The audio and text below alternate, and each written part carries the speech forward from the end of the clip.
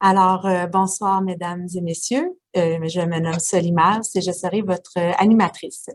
Soyez les bienvenus à cette assemblée d'information et de consultation publique portant sur le projet de développement dans le secteur Bel-Air. Pour des fins de qualité de la présentation, nous vous invitons à effectuer les opérations suivantes. Vous assurez que votre micro et votre caméra sont fermés et cliquez sur « Affichage » en haut à droite de votre écran. Sélectionnez « Affichage intervenant » et sélectionnez « Affichage plein écran ». La présentation de ce soir portera sur les éléments suivants. Je vous présenterai d'abord les panélistes. Par la suite, il y aura une présentation des objectifs de cette assemblée d'information et de consultation publique et une présentation des objectifs visés. Par la suite, il y aura une présentation du secteur visé, la présentation du projet de développement et une proposition de réglementation pour encadrer le projet. Suivra une période de questions et de commentaires et une présentation des étapes à venir. Durant toute l'assemblée, nous ne pourrons pas vous voir ni vous entendre. À la fin de présentation, je vous expliquerai comment procéder pour poser une question ou émettre un commentaire. À noter que seules les questions portant sur le projet de développement et sur la réglementation qui en découle seront traitées aujourd'hui. Au cours des prochaines minutes, vous entendrez les promoteurs du projet et chargés de projet. Donc, Mme Marie-Évelyne Préville, vice-présidente, et M. Pierre Sazeville, directeur général, les immeubles Ratel et Ratel Infologement, et M. Manuel Cisneros, chargé de projet.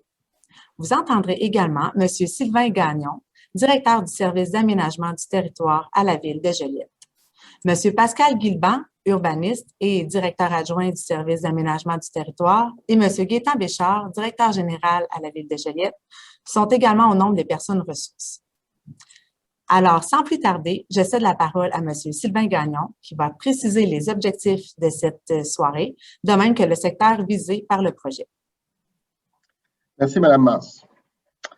Les objectifs de l'Assemblée d'information et de consultation de ce soir sont d'informer les citoyens et les groupes concernés quant à la nature du projet de développement, de s'assurer que les citoyens et les groupes concernés n'aient aucune interrogation sans réponse face au dit projet et bien entendu d'échanger avec la population.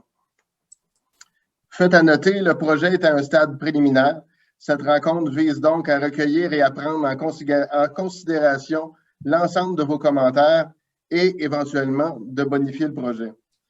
La Ville de Joliette désire avant tout vous impliquer dans le processus d'évaluation du dit projet, puisque ce dernier n'a pas encore été approuvé par les membres du conseil municipal. Vous voyez sur la diapositive l'actuel projet Bel-Air qui est situé en bordure de la rue Baudry et le projet se trouve, là, lui, est signalé par le tireté jaune à l'écran. Le terrain concerné est délimité au nord et à l'ouest par les terres agricoles, à l'est par des terrains résidentiels situés le long du boulevard Ratel et au sud par le boulevard L'Industrie. Le projet de développement est accessible principalement par le boulevard de l'Industrie et accessoirement par le réseau routier du quartier Bel-Air et à plus long terme par la route 343, c'est-à-dire la voie de contournement. Le terrain visé par le projet présente une superficie de 23,45 hectares, soit approximativement 2 500 000 pieds carrés. Rendu à cette étape-ci, je cède maintenant la parole à Mme Marie-Évelyne Préville et M. Pierre Sazeville, représentants des immeubles Ratel et Ratel. Présentation du projet. Alors, bonsoir tout le monde. Dans un premier temps, j'adresse mes remerciements à la Ville de Joliette qui nous permet, par cette assemblée ce soir, de vous présenter notre projet. Puis, je remercie aussi tous les participants à cette rencontre que malheureusement on ne voit pas, pour l'intérêt que vous démontrez dans notre projet en assistant à cette assemblée d'information. Alors, je vais céder la parole à M. Pierre Sazeville, qui devra ouvrir son micro afin qu'il vous présente Infologement.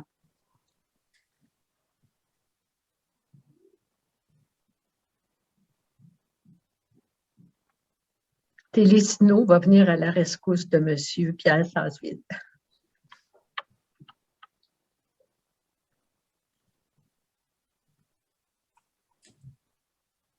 Et voilà.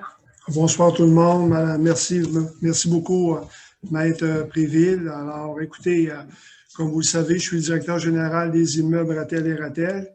Évidemment, plusieurs personnes d'entre vous connaissent les immeubles Ratel et Ratel sous la raison sociale Info-Logement.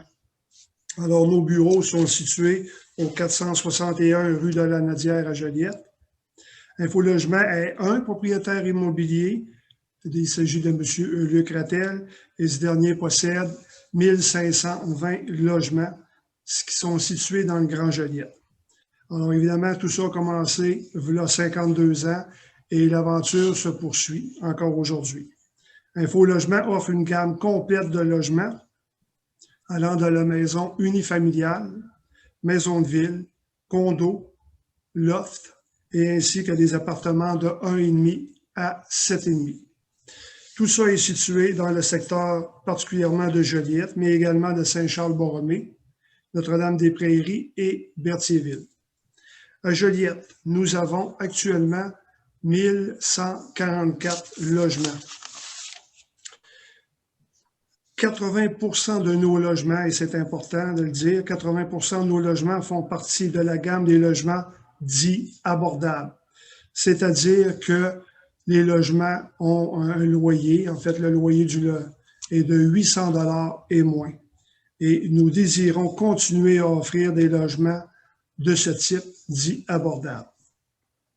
Les grandes forces de Info-Logement sont d'abord le choix, l'équipe de location et l'équipe d'entretien. Bien que je vous ai dit que la grande force était le choix, aujourd'hui, comme plusieurs d'entre vous le savez, la crise du logement est à Joliette et tout partout au Québec. Alors, à Joliette, nous avons, nous, pour notre part, bien que je vous ai dit que nous avions 1144 logements, nous avons actuellement aucun logement de disponible. Alors, si quelqu'un veut un logement pour l'habiter, actuellement, nous n'avons aucun logement. Alors, nous voulons donc contribuer à offrir des nouveaux logements à Joliette et c'est pour la raison pour laquelle nous vous retrouvons ce soir. L'équipe de location chez Info-Logement, nous avons une équipe de 9 employés qui sont au bureau, évidemment, sur la rue de la Nadière, dans le but de répondre à nos locataires et futurs locataires. L'équipe d'entretien, il s'agit de 12 employés qui sont là pour répondre aux réparations et à l'entretien du parc immobilier. Nous sommes ouverts 7 jours sur 7. Alors, aucun locataire ne peut se retrouver en situation où ils ne peuvent pas nous rejoindre. Alors, on est capable de donner le service et ce qui fait notre grande force, d'être à la disponibilité de nos locataires 7 jours sur 7. Évidemment, tout ça est aidé par un site Internet qui est Info-Logement. Et évidemment, aujourd'hui, je suis fier de vous dire que ces résultats nous confirment que nous traitons nos locataires avec respect, humanisme et bienveillance, puisque sur notre site Internet, nous avons 4,3 étoiles sur 5 et nous en sommes très fiers. Pourquoi le quartier humanitaire? Le manque de logement, je vous l'ai exprimé tout à l'heure, est criant. Nous possédons un terrain dézoné d'environ 3 millions de pieds carrés. Tout à l'heure, on a parlé de 2,5 millions. Moi, dans mes chiffres, j'ai 3 300 000, mais peu importe. Nous avons un terrain qui est disponible et que nous entendons développer. Par le biais d'un sondage léger avec qui on a fait affaire, nous souhaitons offrir des logements abordables et nous souhaitons également que nous savons par le biais de ce sondage que les gens désirent demeurer dans un milieu de vie agréable et de qualité.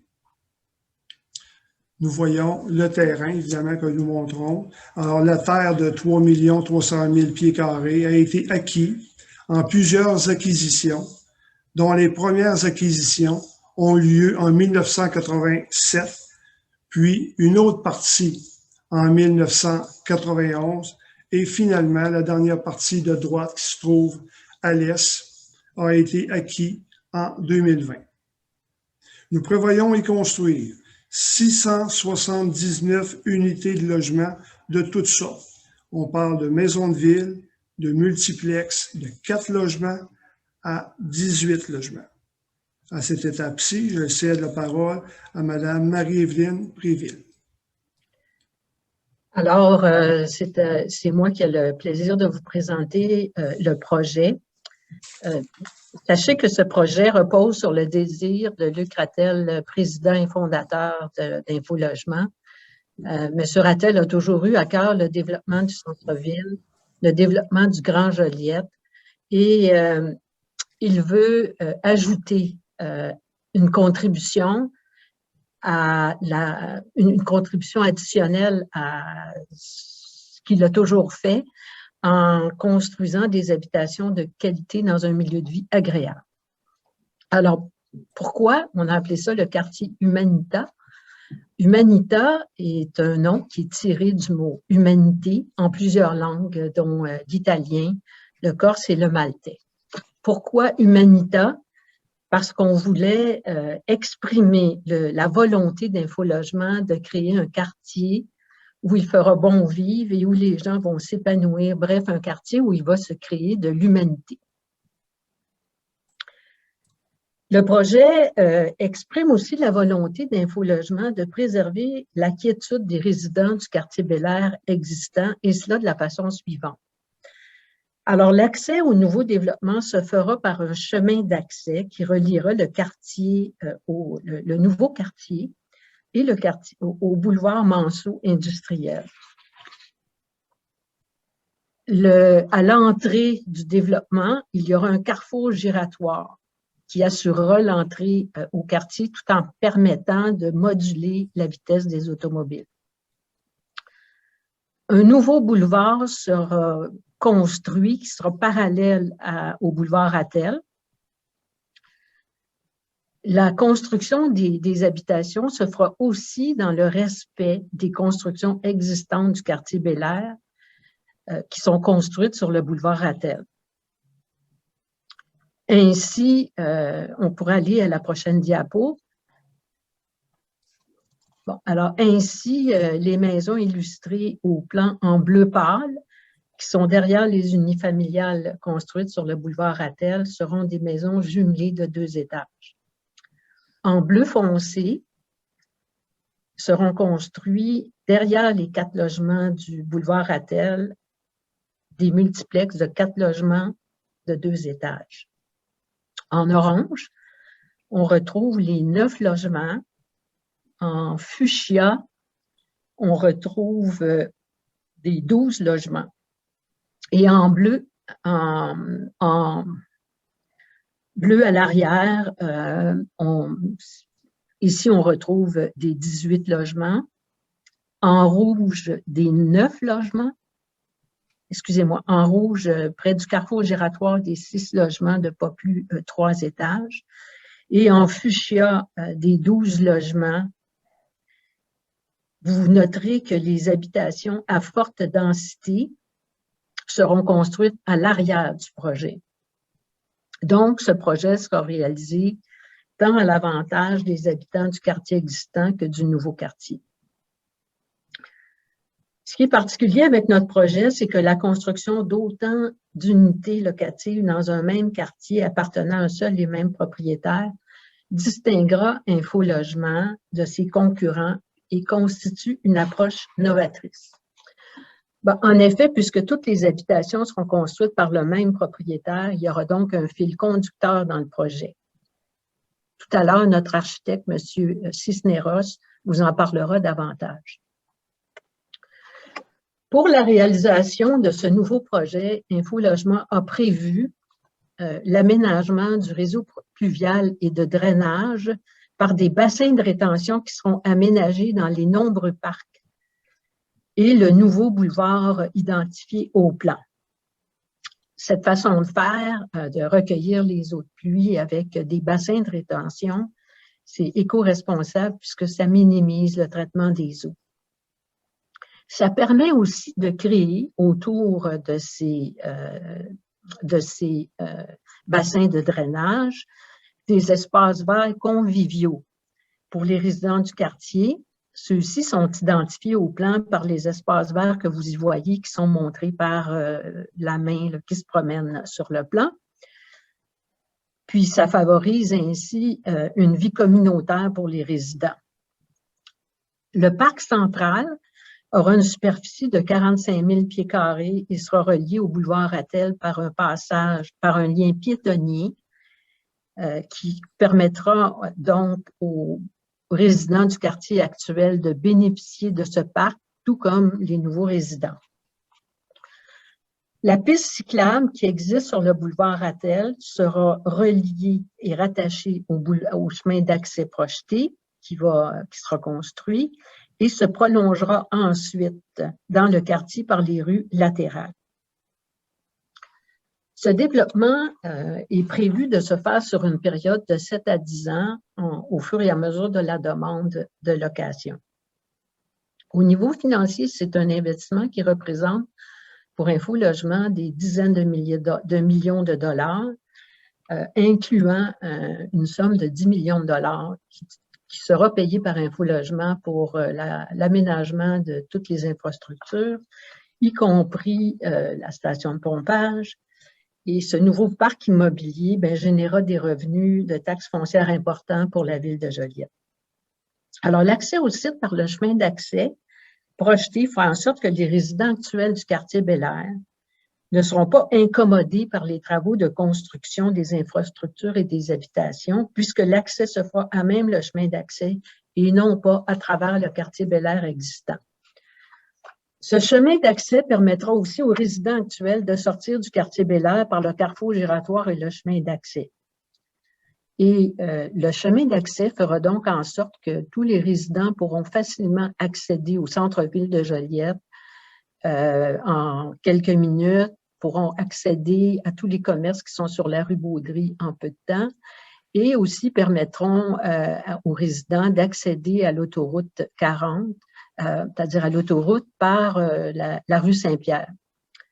Alors, la trame du rue de quartier est faite pour transiter par le chemin d'accès qui va relier le boulevard Manceau, puis comme je le disais, au bénéfice de tous les résidents. Vous remarquerez qu'autour du carrefour giratoire, il y a il y a des espaces verts qui sont prévus. Et comme je vous le disais, aussi au centre du projet. Et au centre du projet, on voit que à tous les blocs de 4 immeubles, ils sont bordés par les bassins autour desquels seront aménagés des espaces pour la marche, des espaces avec de la verdure, avec des arbres, ce qui va permettre de rendre, si on veut, là, plus intime ces constructions. Un terre-plein sera aussi aménagé sur le boulevard principal avec bassin de rétention, ce qui va permettre la plantation de végétaux et d'arbres au bénéfice là, de tous les résidents. Au lieu d'être un simple boulevard, ce sera un boulevard qui sera vraiment aménagé avec des végétaux, des arbres. Alors, je cède la parole à M. Manuel Cisneros, architecte, qui vous fera une présentation de ce projet afin que vous soyez en mesure de reconnaître son caractère distinctif.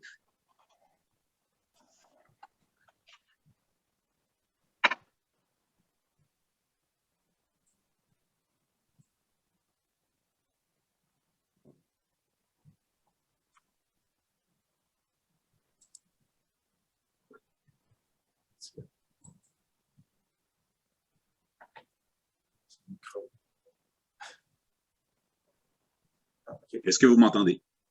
OK, c'est bon. J'ai appuyé sur le mauvais bouton. Donc, bonjour, mon nom est Manuel Cisneros. Je suis architecte, concepteur, membre de l'Ordre des architectes et aussi certifié LEED depuis une dizaine d'années. J'ai la chance de travailler sur des projets de différentes échelles, différents usages, du résidentiel privé, des tours d'habitation, du commercial, de l'institutionnel. Et au cours des dernières années, j'ai développé une expertise pour les projets d'usage mix à grande échelle, et aussi, dernièrement, aussi beaucoup de projets de design urbain, surtout pour créer des nouveaux quartiers mixtes autour des nouveaux pôles de transport à Montréal, dans ses périphéries et aussi dans la région de l'Outaouais. Je suis très activement impliqué aussi dans le milieu du bâtiment durable à travers plusieurs initiatives, comités, événements. Et je dirais que mon objectif, mon but comme architecte, c'est de créer des milieux de vie réellement dédiés à la vie, pas seulement de toutes les espèces, la vie de toutes les espèces, et des espaces qui sont performants, agréables, résilients, durables, justes et sains. C'est ce qui m'amène ici d'ailleurs, c'est pourquoi l'équipe d'Infologement m'a contacté pour que je puisse partager avec eux mon expertise, mon expérience et aussi une vision architecturale pour le quartier Humanita. C'est une vision encore préliminaire, mais on peut déjà vous dire qu'elle se basera sur 3 grands pôles, 3 grands axes stratégiques, c'est-à-dire la création d'espaces naturels reliés et dédiés à la biodiversité. 2, créer une cohabitation harmonieuse des différentes typologies d'habitation. Et 3, la création d'une nouvelle architecture vernaculaire. Ce que je veux dire par là, c'est propre au quartier et à son environnement. Le premier point, espace naturel dédié à la biodiversité. Donc, c'est super important, puis souvent, les nouveaux développements négligent un petit peu cet aspect, puis pour moi, sur mes projets, c'est super important. Puis on en a discuté avec l'équipe tantôt, c'était de doter le quartier d'une stratégie de verdissement qui est réfléchie. Donc, tout milieu de vie est amélioré par la présence d'une canopée qui est à la fois généreuse et biodiversifiée. Les arbres, on doit les mettre, ces espaces qu'il faut considérer comme des espaces pleins au lieu des espaces vides. C'est réellement fait partir de l'infrastructure de la ville. Ils permettent de structurer les rues, encadrer les vues, donner un air de prestige, mais aussi gérer des éléments plus techniques tels que la qualité de l'air, le confort thermique, l'acoustique et l'intimité visuelle. Donc, la végétation est nécessaire non seulement sur le bord des trottoirs, on va aussi la placer sur le bord des bâtiments, dans les terre-pleins, comme ça a été mentionné un peu plus tôt.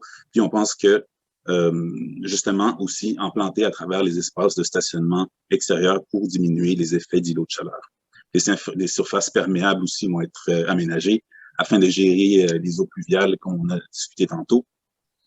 Et les espaces naturels, finalement, permettent aussi de créer des espaces d'air de jeu sécuritaires pour les enfants et aussi des passages à travers les îlots où seront créés des lieux extérieurs de rencontre pour faciliter et encourager les interactions entre les voisins et ainsi développer, renforcer l'esprit de communauté au sein du projet. Deuxième point, la cohabitation des différentes typologies. Comme expliqué tantôt, il y a eu une attention particulière à créer cette transition graduelle entre la grosseur des bâtiments en passant de la maison unifamiliale sur le quartier existant vers des maisons multifamiliales vers le fond du nouveau développement. Puis cette gradation va être renforcée par le style, un langage architectural qui va être similaire et les bâtiments vont commencer à agrandir un peu lorsqu'on s'éloigne du quartier existant. Puis, de plus, les grands bâtiments seront développés un peu comme on voit sur les images, de manière à représenter des grandes façades qui vont être fragmentées pour donner l'impression que le bâtiment est une juxtaposition de plus petites façades, aidant ainsi justement à renforcer cette transition plus harmonieuse. Une autre manière de jouer avec les gabarits des bâtiments, un peu comme vous le voyez sur l'image en haut à gauche, c'est de utiliser différents matériaux pour créer une stratification aussi verticale. On peut aussi diminuer l'échelle des bâtiments avec les matériaux, mais aussi on peut créer des relations avec le contexte, les bâtiments adjacents, détacher le rez-de-chaussée par exemple, ou créer un couronnement sur l'étage supérieur. Différentes typologies veulent aussi dire différents types de résidents, donc avec des situations familiales différentes, donc une diversité autant de l'architecture que des gens qui vont l'occuper. Le troisième point est la création d'une architecture vernaculaire, comme j'expliquais tantôt. C'est un peu une contradiction, mais en fait, ce que je veux dire, c'est un contexte, c'est une nouvelle architecture qui est propre au site, à son contexte, à son histoire, mais aussi qui est en relation avec les bâtiments qui existent déjà sur place. Ce qu'on veut faire avant tout, c'est développer une architecture qui est à la fois simple, élégante, pragmatique et intemporelle. Les matériaux durables vont être utilisés comme la maçonnerie et le bois. Très tôt dans le processus, on va développer des palettes de couleurs, des textures, de briques chaudes, du ton sur ton, assurer une continuité, mais aussi une identité commune au sein du projet dans son ensemble, mais avec assez de variations aussi pour créer une diversité et qu'on ne voit pas la même chose se répéter tout au long de la rue. Cette diversité va prendre aussi forme sous forme d'accents et de gestes volumétriques en jouant avec une alternance de gabarits le long des rues. L'expression des toitures va aussi être explorée pas avoir des toitures plates partout, mais créer à certains endroits des gestes où on exploite cette géométrie pour faire un clin d'œil aussi aux bâtiments résidentiels, des maisons plus traditionnelles existant dans le quartier Bel-Air. Quand je parle de pragmatisme, c'est utiliser les composantes fonctionnelles, par exemple les débords de toit, pour créer à la fois des marquises, mais aussi permettre de contrôler le soleil dans la fenestration, assurant ainsi un plus grand confort des habitants, mais aussi une économie d'énergie, de climatisation pendant l'été. Finalement, des insertions métalliques autour des fenêtres vont pouvoir nous permettre de jouer avec des modulations différentes, aligner des fenêtres, créer des bandeaux, puis équilibrer les façades en conséquence. Les rez-de-chaussée aussi vont être animés en proposant des entrées privées au rez-de-chaussée pour créer une plus grande perméabilité, une plus grande convivialité face à la rue. Voilà un peu ce que représente l'idée de où est-ce qu'on veut s'en aller avec ce plan-là de manière architecturale. On est déjà en discussion avec l'équipe pour pousser davantage les 3 stratégies au niveau de l'architecture. Ce qu'on veut faire, c'est créer un dialogue entre les bâtiments et les interfaces publiques et les intersections, le carrefour giratoire, les espaces publics, le parc central qui d'ailleurs est un élément super important au projet qui devient le lieu de rassemblement principal. Et comme on l'a expliqué tantôt, Mme Préville, la rétention des eaux est aussi une stratégie super importante qui rend le projet dans son ensemble beaucoup plus résilient dans le futur. Donc, il faut aussi entendre que lorsqu'on parle de bassin de rétention et de jardins, c'est plus comme des jardins de pluie, c'est-à-dire des dépressions à même l'aménagement paysager pour permettre à l'eau de s'accumuler lorsqu'il y a des grandes pluies et aussi s'infiltrer naturellement dans le sol. Finalement, la piste cyclable, comme on l'avait mentionné, et le parcours et le passage piéton permettent d'offrir des infrastructures pour faciliter un déplacement actif à pied et à vélo et le rendre à la fois agréable et sécuritaire. On demeure quand même dans un endroit qui est très proche du centre-ville de Joliette. La connexion vers la rue Manceau, comme expliqué, va permettre justement de rapprocher les gens vers des services de commerce, des services de proximité au grand bénéfice des usagers qui pourront se déplacer à pied et à vélo. Il faut que ça représente les grandes idées du projet. Alors, merci Madame Préville et Messieurs Sasseville et Cisneros. J'invite à nouveau Monsieur Sylvain Gagnon, directeur du service d'aménagement du territoire, à vous présenter la réglementation pouvant encadrer le projet de développement. Merci. Je vais commencer par l'actuelle réglementation, car le terrain visé possède déjà sa propre réglementation. Donc, cette diapositive montre le zonage actuel du terrain visé par le projet en tireté vert.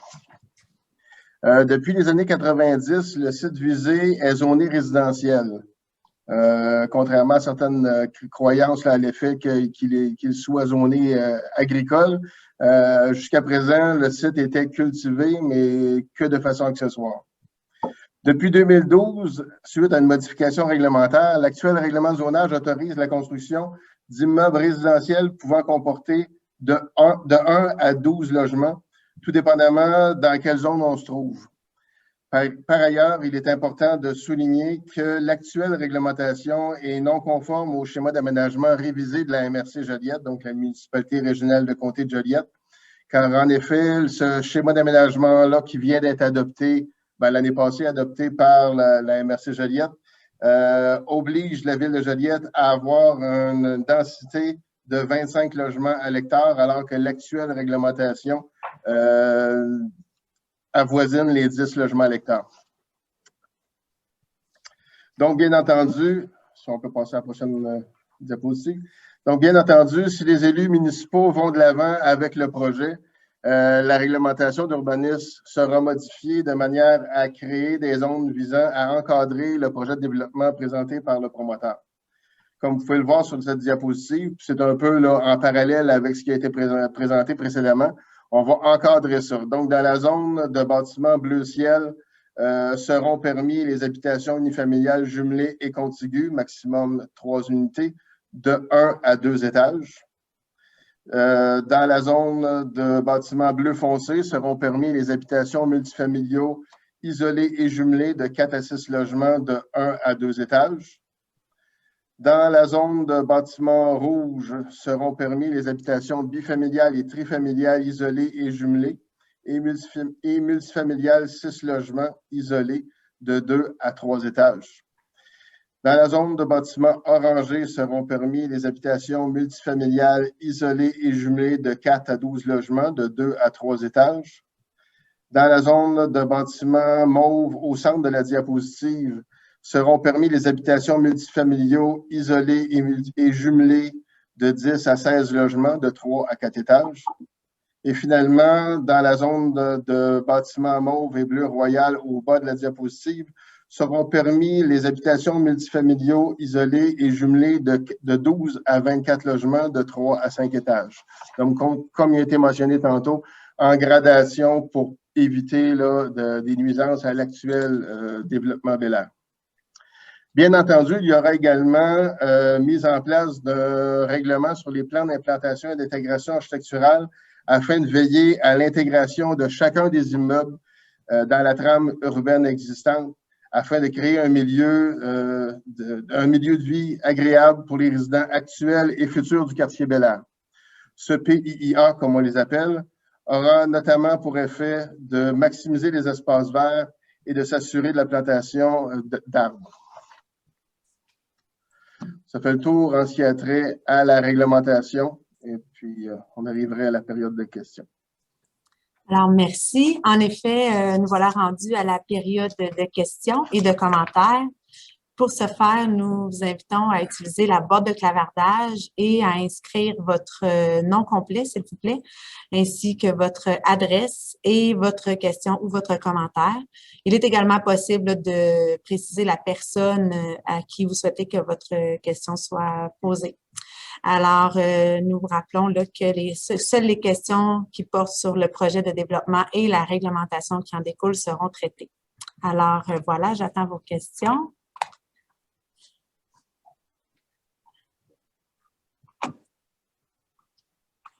Donc, en fait, on aurait une question de Madame Louise Renaud sur la rue Godin.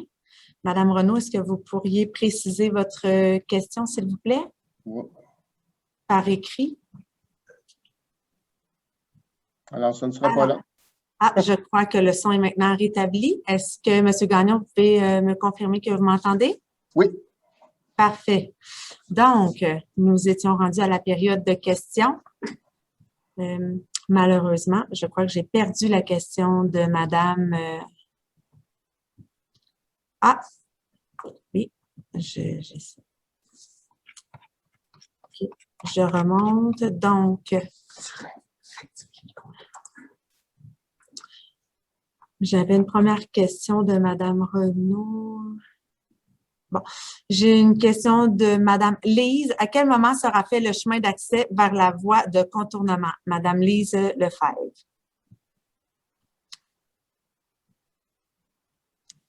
Bon, je peux prendre la réponse.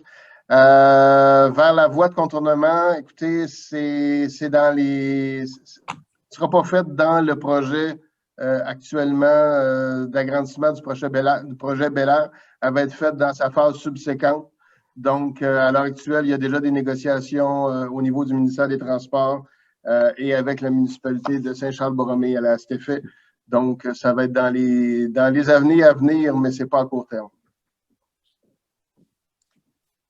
Merci, M. Gagnon. Donc, une question de Mme Caroline Fleury, qui habite à la place Bel Air. Avec autant de nouveaux résidents dans un quartier qui compte de plus en plus d'enfants, comment compteriez-vous préserver la quiétude des résidents et la sécurité des enfants qui y vivent? Comment répartir le trafic autrement qu'en ouvrant le passage par un giratoire qui déverse le trafic dans les rues actuelles? Pourquoi n'y aurait-il pas de deuxième accès qui mènerait vers l'entrée de la ville en provenance de Saint-Charles-Borromée, derrière le SO, avant d'ouvrir l'accès aux rues déjà existantes? Écoutez, au niveau du deuxième accès, comme j'ai mentionné, là, il y a eu une étude de circulation qui a été faite par la ville il y a de cela quelques temps, qui démontre qu'avec un accès, le niveau de circulation va être adéquat là, pour autant le nouveau secteur que l'ancien secteur Bel Air. Et bien entendu, dès que ce sera possible, après les négociations avec le ministère des Transports, et lorsque, bien entendu, le développement sera rendu à cette étape-là, la deuxième entrée là, sera aménagée. Merci. Un instant, on va passer à la prochaine question.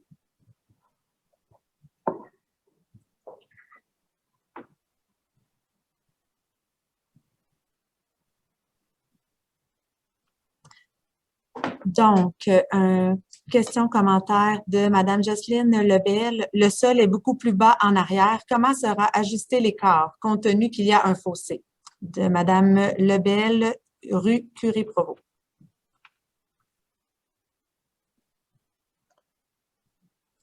Au niveau technique, là, je ne suis malheureusement pas habilité à répondre sur ce projet, sur ces notions-là.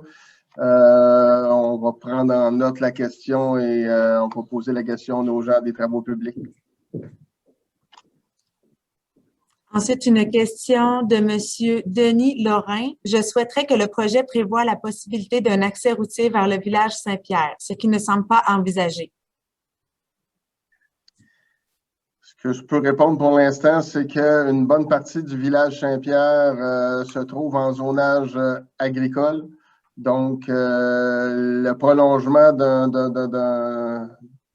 d'une voie publique vers le village Saint-Pierre serait très hypothétique, là, dans le sens qu'il faut que la Commission de protection du territoire agricole donne son autorisation et ça serait ardu, là.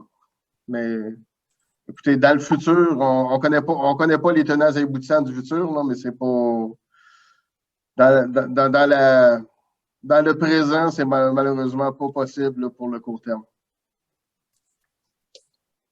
Prochaine question de Mme Nathalie Grenier du boulevard Attel. Y a-t-il eu une étude sur la faune du secteur où circulent chevreuils, renards et bernaches qui seront repoussés vers où?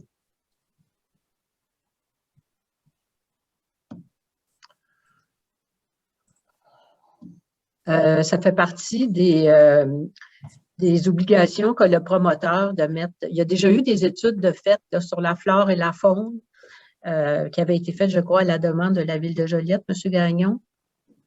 Oui. Et ces études-là seront mises à jour pour effectivement qu'il n'y ait rien de fait qui pourrait causer de préjudice à la flore ou à la faune.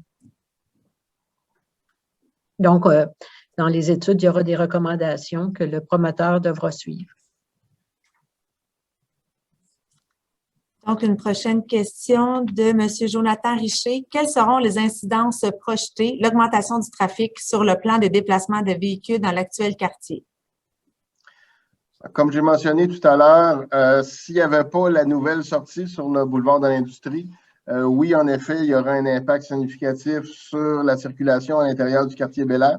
Cependant, l'étude de circulation a mentionné que, justement, avec cette sortie-là, l'impact, on devrait améliorer la situation dans le quartier Bel-Air et non pas l'empirer.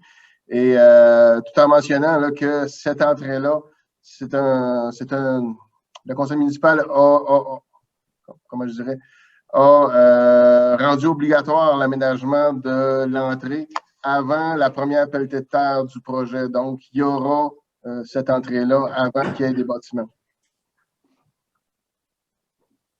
Donc, prochaine question de Pascal Bourgeois du boulevard Attel. J'aimerais savoir comment la construction du projet se déploiera sur les 7 à 10 ans dont il a été question et quelle est la date projetée pour le début des travaux.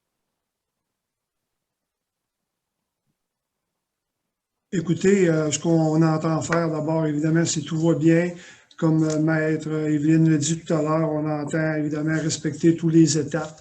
Alors, si tout va bien, si on respecte toutes les demandes qu'ils nous ont faites et si on entend les respecter, évidemment, alors on souhaite que le tout pourrait débuter au printemps 2022 pour le début des travaux. La première phase qu'on entend faire représente environ 100 unités d'habitation. Nous entendons la faire rapidement pour donner le plus rapidement possible des logements à plusieurs citoyens. évidemment, l'accès au boulevard industriel vient faciliter ce projet-là. Alors, comme M. Gagnon l'a exprimé tout à l'heure, alors toute la partie ouest qui aujourd'hui est le quartier Bel-Air pour sortir du secteur par cet accès-là.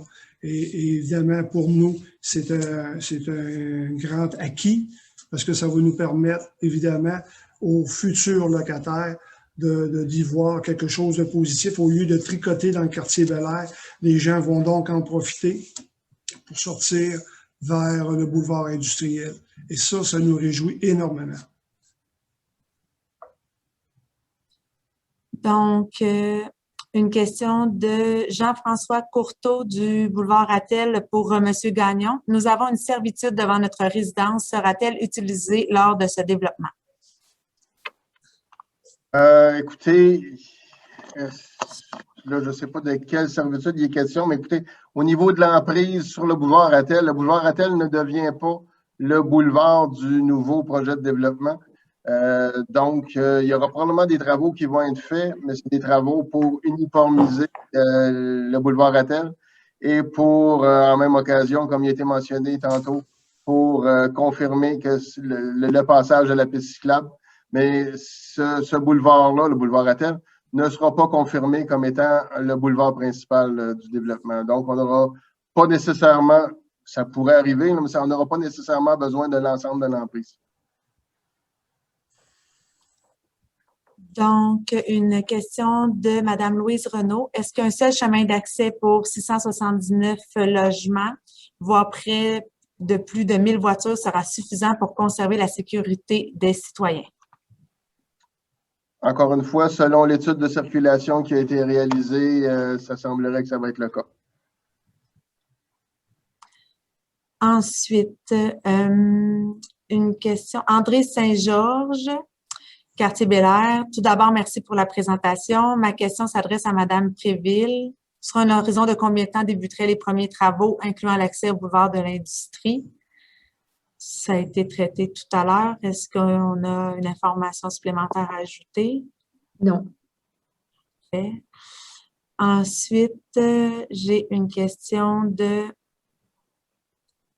M. Marc Gélina de la rue Albert-Geoffroy. Le plan d'urbanisme actuel semble prévoir uniquement des maisons unifamiliales. Quelle est la procédure de changement prévue et quel sera le rôle des citoyens dans ce processus? Et au niveau de, c'est pas le plan d'urbanisme comme le règlement de zonage à l'heure actuelle qui prévoit les usages qui vont être autorisés dans les zones.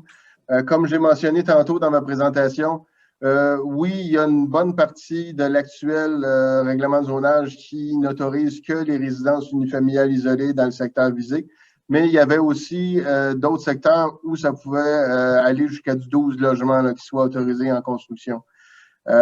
Point de vue de la modification réglementaire, on va en reparler un peu tantôt là, dans les étapes à suivre, mais je peux quand même l'aborder maintenant à l'effet qu'un changement d'usage comme c'est là, ça va être soumis aux personnes habiles à voter. Donc, les zones, les gens qui sont à l'intérieur de la zone visée et à l'intérieur des zones contiguës, et ça va être identifié, il va y avoir des publications, ça va être clairement mentionné là, dans les médias. Ces gens-là vont avoir le droit de voter, de s'objecter au projet si jamais ils veulent s'objecter. Et puis, donc, il y aura adoption d'un projet de règlement, assemblée de consultation publique prévue par la loi sur l'aménagement de l'urbanisme où les gens vont encore une fois pouvoir s'exprimer. Par la suite, il va y avoir une période de, là je vais vite, là, mais il peut y avoir une période de pré-référendaire où des gens vont pouvoir commencer à se manifester. Une période d'enregistrement, si jamais il y a suffisamment de personnes, on pourrait se rendre là. Et en définitive, il pourrait même y avoir un référendum là, si jamais la population vraiment ne veut pas du projet. Donc, la population va être consultée et la population va être informée de ces recours. Donc, ensuite, une question de M. Vincent No. Estimez-vous que l'impact sur la circulation sur Curie-Provost, rue Albert-Geoffroy, sera important? Écoutez, encore là, je n'ai pas l'étude de circulation devant moi, mais selon ce que j'en ai vu, puis écoutez, vous pourriez toujours nous appeler là, à l'Hôtel de Ville pour avoir plus de détails, là, mais de ce qu'on en a vu avec la sortie sur le boulevard de l'Industrie, ça ne devrait pas être une problématique, là, la circulation dans ce secteur-là. Ensuite, une question de M. Maxime Douville. Le projet est-il conforme au zonage actuellement? Zonage résidentiel versus le schéma d'aménagement. Ben, le projet n'est pas conforme à l'actuelle réglementation, puisque, comme j'ai mentionné tantôt, la réglementation qui est présentement en vigueur date de 2012 et ne prévoyait pas le projet tel quel. De là, la démarche d'aujourd'hui. Au niveau du schéma d'aménagement, comme j'ai mentionné, l'actuel règlement, étant donné que le nouveau schéma d'aménagement est rentré en vigueur l'année passée, l'actuelle réglementation ne répond plus aux exigences du schéma d'aménagement. Et puis, à ce moment-là, que l'on le veuille ou non, il va falloir modifier nos règlements. On avait 2 ans depuis l'année passée là, et le processus est entamé pour faire une refonte réglementaire qui comprendra une hausse des densités d'occupation du sol pour les nouveaux secteurs pour atteindre les 25 logements à l'hectare qui est demandé au schéma d'aménagement. Ensuite, une question de Mme Sylviane Lesage du boulevard Attel. Quelle est la date de présentation du projet au Conseil et la date de début des travaux? Écoutez, ça, c'est pas encore, il n'y a pas de date d'arrêté. Vous allez voir dans les prochaines étapes tantôt, là, il y a un processus à suivre, mais il n'y a pas d'échéancier encore là, de fixer pour l'adoption d'un éventuel règlement. Ensuite, des commentaires de Mme Francine Paradis. Mes questions sont en fait des inquiétudes. 1, sur l'impact de la circulation d'un tel projet sur les rues Manceau, de l'Industrie et Baudry, déjà très achalandées. 2, l'impact sur la circulation et la tranquillité dans le quartier Bel-Air. 3, sur la capacité d'approvisionnement en eau potable vu le nombre de résidences dans Saint-Charles-Borromée et NDP et Joliette depuis les dernières années. Est-ce que, M. Gagnon, vous avez des précisions à apporter? Écoutez, point de vue de la circulation, on en a parlé déjà. Point de vue des différents services de la ville, c'était tenu en ligne de compte dans la planification du projet. Donc, il n'y a pas d'inquiétude à y avoir à ce niveau-là. Et ensuite, un commentaire de Mme Martine Goulet. Le projet, dans une de ses extrémités, sera borné par le ruisseau qui borne le terrain rue Albert-Geoffroy.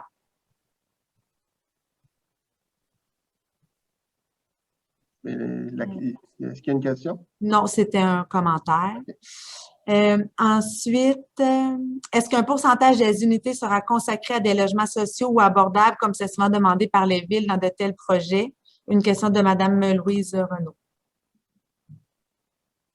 Alors, pour ma part, je l'ai mentionné tout à l'heure, alors nous avons déjà entamé des démarches au niveau du SCHL, excusez, pour les logements à prix abordable. Alors oui, nous envisageons avoir des logements à prix abordable. D'ailleurs, je l'ai dit, nous possédons actuellement plus de 80% de nos logements sont des logements à prix abordable et dans ce secteur bien précis, nous entendons en avoir également. Alors pour le reste, la question, est-ce que j'ai répondu?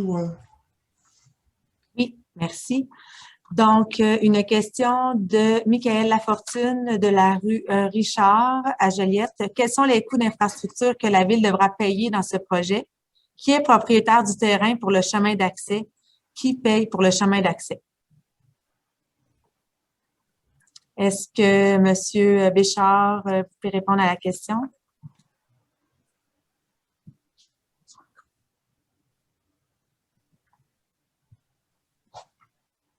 Oui, merci, Mme Marc. Pour ce qui est des coûts d'infrastructure et les coûts reliés au projet, ils feront l'objet d'un autre règlement qu'on appelle un règlement d'emprunt qui sera aussi soumis aux personnes habiles à voter. Et toutes les réponses concernant les questions financières seront répondues à ce moment-là. En attendant, Mme Maire, à la fin de la rencontre, va vous indiquer le moyen de nous poser des questions pour adresser ces questions-là qui sont de nature financière et on saura y répondre là, au moment opportun lorsque le Conseil aura adopté le règlement qui prévoit le coût des travaux pour réaliser les infrastructures du projet.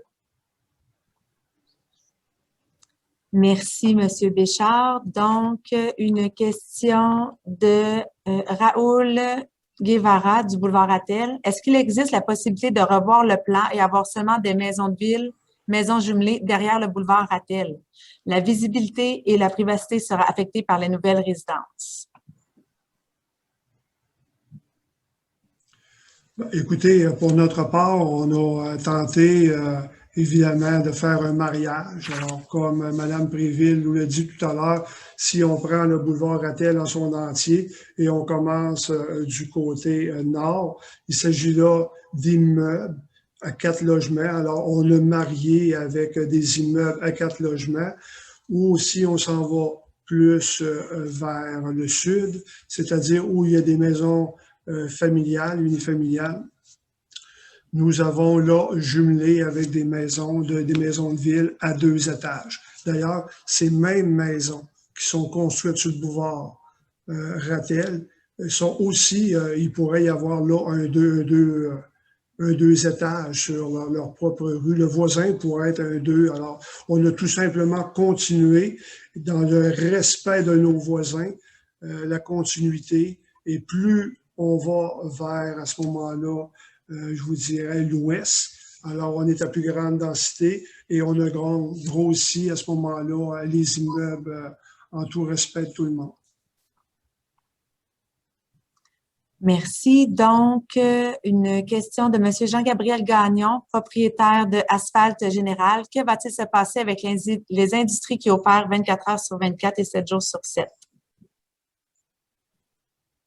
Écoutez, à l'heure actuelle, on ne prévoit pas de... les industries qui sont dans ce secteur-là ne sont pas sur le territoire de la ville de Joliette, sont sur le territoire du village Saint-Pierre.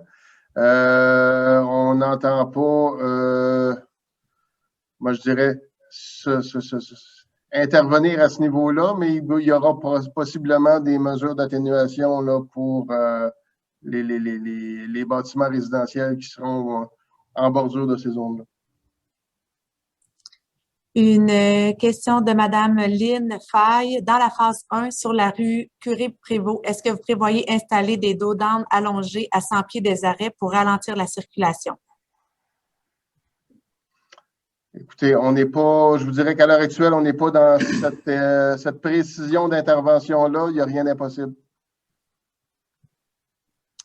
Une question de M. Maxime Douville. Sommes-nous mis devant le fait accompli? Quel est notre pouvoir d'influence? Écoutez, la rencontre de ce soir vise justement à obtenir le pouls de la population, les recommandations, les propositions, et puis suite à ça, le conseil municipal pourra, comme j'ai mentionné tantôt, adopter une réglementation qui va quand même aller dans le sens des inquiétudes de la population. Pour ce qui est du projet en tant que tel, s'il y a des gens qui sont, comme j'ai mentionné toujours, s'il y a des gens qui sont contre le projet, malgré, et bien entendu que le conseil municipal, en prenant l'hypothèse que le conseil municipal modifie sa réglementation, s'il y a encore des gens qui sont contre le projet, ces gens-là sont protégés par la loi sur l'aménagement et l'urbanisme, donc il y a une possibilité de contestation. Donc, maintenant, une question de Mme Muriel Lafarge. La voie d'accès prévue par la Ville passe où exactement? À l'extérieur du terrain de Grémont ou à l'intérieur? Pensez-vous devoir passer par la petite forêt urbaine? Pensez-vous caractériser cette forêt afin de voir s'il n'y a pas des espèces à protéger avant d'entreprendre les travaux d'infrastructure? À l'heure actuelle, le chemin d'accès passe sur des propriétés privées, mais ce n'est pas prévu qu'il touche d'une quelconque façon le boisé de Grémont. Il y aura des négociations, il y a déjà des négociations avec certains promoteurs, avec certains propriétaires qui sont débuté. Il y en a d'autres qui vont se suivre. On est là pour agir de bonne foi. Mais au niveau, comme il a été mentionné tantôt, le but de la ville, c'est pas de détruire des milieux naturels. On va très certainement trouver des solutions pour ne pas toucher à ce boisé-là. Même éventuellement, pourquoi pas le protéger. Ensuite, une question de M. Alexis Roberge. Que va devenir le ruisseau Chartier? À quelle distance de ce ruisseau les bâtiments vont être construits? Écoutez, je n'ai pas la distance des bâtiments avec le ruisseau, mais il existe dans la loi sur la protection de l'environnement des normes strictes à l'effet que la bande de protection riveraine qui est de 10 mètres sera conservée. Et puis, ce que vous avez probablement vu sur le plan d'aménagement qui a été projeté tantôt, c'est qu'il y a des espaces verts également qui sont prévus en bordure de ce ruisseau-là. Donc, c'est certain que l'intérêt de la ville, c'est d'en protéger, l'utilité, parce qu'il a une utilité, et sa nature. Maintenant, une question de Mme Lise Lefebvre. En plus de la piste cyclable, est-ce qu'il y aura des trottoirs? On parle à quel endroit? Sur le boulevard Rattel? C'est pas précisé. Parce qu'à l'heure actuelle, la piste cyclable est prévue sur le boulevard Rattel. Pour ce qui est d'est-ce qu'il y aura des trottoirs, encore là, je vous dirais que ça rentre dans les choses qui peuvent évoluer là, dans les prochaines semaines. Théoriquement, il y en a. Ensuite, j'ai une question de Mme Suzanne. Durant la présentation, vous avez dit que les contracteurs utiliseraient l'accès via le boulevard de l'Industrie. Or, vous dites qu'elle ne sera pas en place lors du début du projet. Au contraire, j'ai mentionné que la Ville ne permettrait pas le début du projet si cet accès-là n'était pas déjà aménagé. Donc, il n'y a pas de projet s'il n'y a pas cet accès.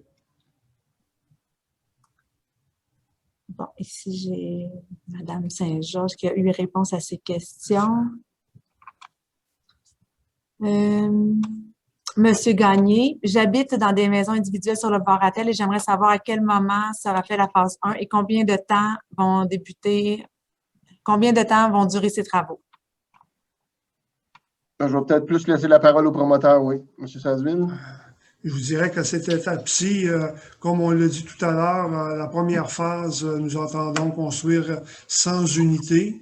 On a vu tout à l'heure aussi là, qu'est-ce que représentaient là, les 100 unités, c'est-à-dire le carrefour giratoire. Alors, l'entrée, après ça, à la rue Curé-Rondeau, l'entrée au boulevard Rattel et le fameux boulevard dont on ne sait pas le nom, là, mais le boulevard principal, jusqu'au fameux gros parc, c'est-à-dire de 45 000 pieds carrés. Là. Ça représente la première phase, 100 unités. Nous entendons les construire le plus rapidement possible. Évidemment, tout ça va aussi avec la demande et l'offre. Alors, actuellement, la demande est très, très grande. Alors, il ne reste qu'à nous à l'offrir. Nous voulons contribuer à régler le manque de logement qu'on a à Joliette. Je pense qu'il n'y a pas personne qui peut dire qu'il n'y a pas de manque de logement. Nous voulons contribuer. Pour nous, ça représente dans l'ensemble un projet de 175 millions de dollars. La première phase va nous coûter à nous, grosso modo, je vous dirais, aux alentours de 10 millions de dollars. On assume entièrement à ce moment-ci la station de pompage. Tout ça, évidemment, nos taxes vont faire en sorte de payer tous les services là, qui vont avoir été payés par la municipalité. Donc, une question de M. Michael Lafortune. Quelle zone du projet respecte la réglementation de densité actuelle? Pourquoi ne pas faire respecter la réglementation actuelle aux promoteurs? Comme j'ai mentionné tantôt, excusez, Étant donné l'entrée en vigueur du nouveau schéma d'aménagement de la MRC de Joliette l'an passé, l'exigence en termes de densification a été élevée autant par le gouvernement provincial, là, par son orientation 10, que par la municipalité régionale de comté de Joliette. C'est-à-dire que minimalement pour la ville de Joliette, puis là, il n'y a pas juste la ville de Joliette, il y a la ville de Joliette, Notre-Dame-des-Prairies et Saint-Charles-Borromée. La densité de développement devra être minimalement 25 logements à l'hectare. Donc, veut pas, en bout de ligne, on a besoin d'avoir une moyenne qui est au-delà de 25 logements à l'hectare, ce qui fait que des gros développements unifamiliales, ça sera pratiquement plus possible. Merci. Maintenant, une question de Mme Sylvie Drainville. Est-ce qu'un mur végétal sera érigé pour nous protéger un peu de la poussière? Bon, écoutez, oui, c'est possible. On envisage effectivement de mettre là, entre les résidences du boulevard Rattel, alors du côté ouest, une haie de cèdre là, dans le but de minimiser. Évidemment, lors de la construction, on entend rabattre la poussière. On entend, nous aussi, là, lors de la construction, on est dans la poussière. Personne ne veut y être longtemps. Alors, on va donc accélérer les travaux pour minimiser ces inconvénients-là. Mais oui, pour répondre à la question, nous avons de l'intérêt pour mettre une haie de cèdre. Une question de Mme Caroline Fleury de la place Bel-Air. Le réseau scolaire sera-t-il prêt à accueillir de nouveaux élèves provenant d'un quartier qui grossirait autant?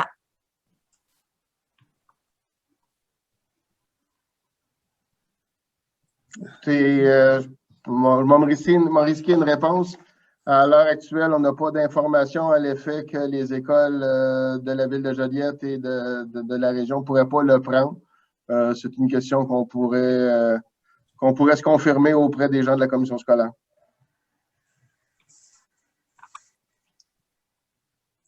Merci. Bon, avez-vous pensé à l'ajout d'une école et le manque de garderie actuelle sur le plan? Nous ne voyons aucun espace dédié. Un commentaire de Madame David. Peut-être mentionner que dans la section du développement à l'heure actuelle, il y en a, c'est un développement résidentiel, mais dans ces phases subséquentes, là, notamment en bordure de la voie de contournement, il y a un secteur commercial de prévu, donc où les usages garderie vont être autorisés. Puis bien entendu, c'est déjà des choses qui sont possibles sur la rue Baudry, qui est accessible là, même à pied à partir du projet. Là. On parle de distance de marche de moins de 15 minutes quand le projet sera complètement développé. Merci. Donc,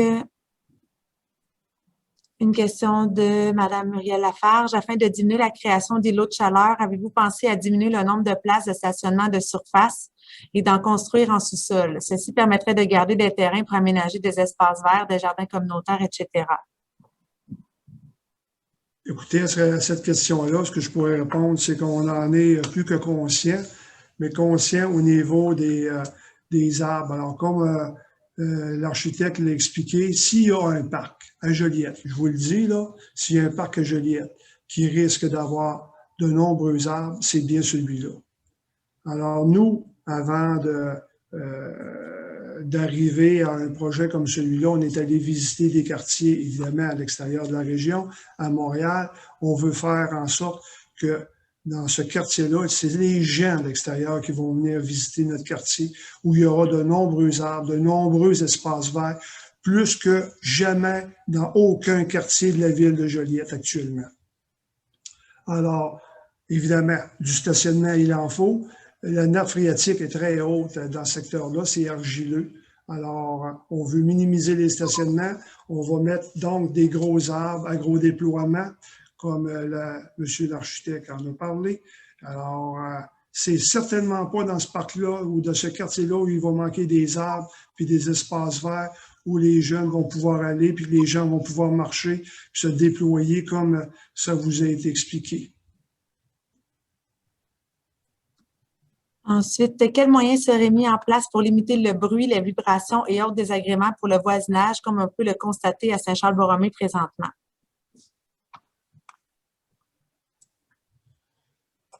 Bien, écoutez, le bruit, ce que je pourrais dire, c'est qu'évidemment, de notre part à nous, on va respecter les règlements municipaux, c'est-à-dire le début des travaux avec la fin des travaux. Pour la boîte poussière, c'est quelque chose à laquelle on va contribuer. Alors, conjointement avec la ville, on va tout faire pour minimiser les inconvénients. Mais quoi qu'on fasse, quand on fait des travaux, il y a toujours un peu d'inconvénients. Et nous, ce qu'on veut, c'est que ces inconvénients-là soient le moins longtemps possible. Alors, on va donc accélérer la construction pour que ce ne soit pas un désagrément qui soit long et pénible. En complément d'information, je pourrais rajouter que la réglementation des nuisances de la ville de Joliette fait en sorte que un chantier ne peut être en action de 8 heures du soir à 8 heures du matin. Donc, il y a au moins cette période-là qui va être garantie en toute quiétude. En complément, maintenant, je pourrais vous dire aussi, M. Rattel, quand il a quitté le bureau d'avocat pour s'en venir chez Info Logement, M. Luc Rattel, depuis son arrivée, nous avons construit le 180 rue Lajoie Sud, un 32 logements avec stationnement souterrain. On a construit le 125 Saint-Angélique Sud, et on vient de terminer le 150 Gaspard. Nous, là, la construction, on le fait. Allez voir ces immeubles-là, ils sont superbes. Et aucun de nos locataires, aucun voisin s'est plaint de notre construction. On se fait un devoir de respecter les règles dans l'art. Donc, maintenant, une question de M. Jean Chevrette.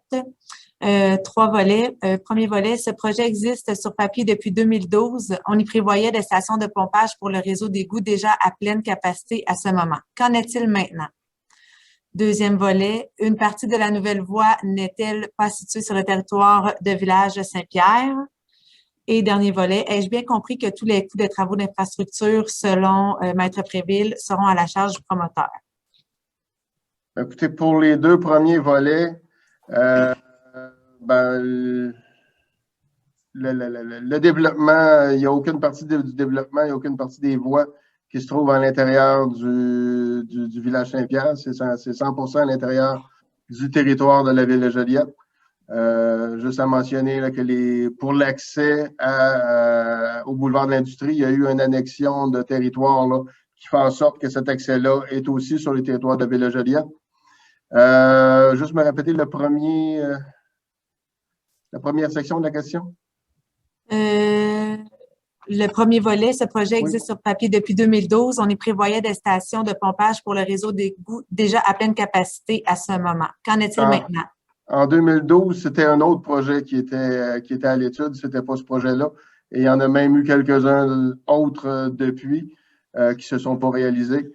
La planification au niveau du service des travaux publics a été faite en fonction de la réalité du projet actuel et en fonction des capacités des réseaux. Ça a été confirmé que ça ne sera pas un problème au moment de la réalisation du projet. Maintenant, une question de Mme André Saint-Georges du quartier Bel-Air. Est-ce que vous avez prévu l'installation d'œuvres d'art dans des espaces publics ou encore pour les bâtiments à forte densité?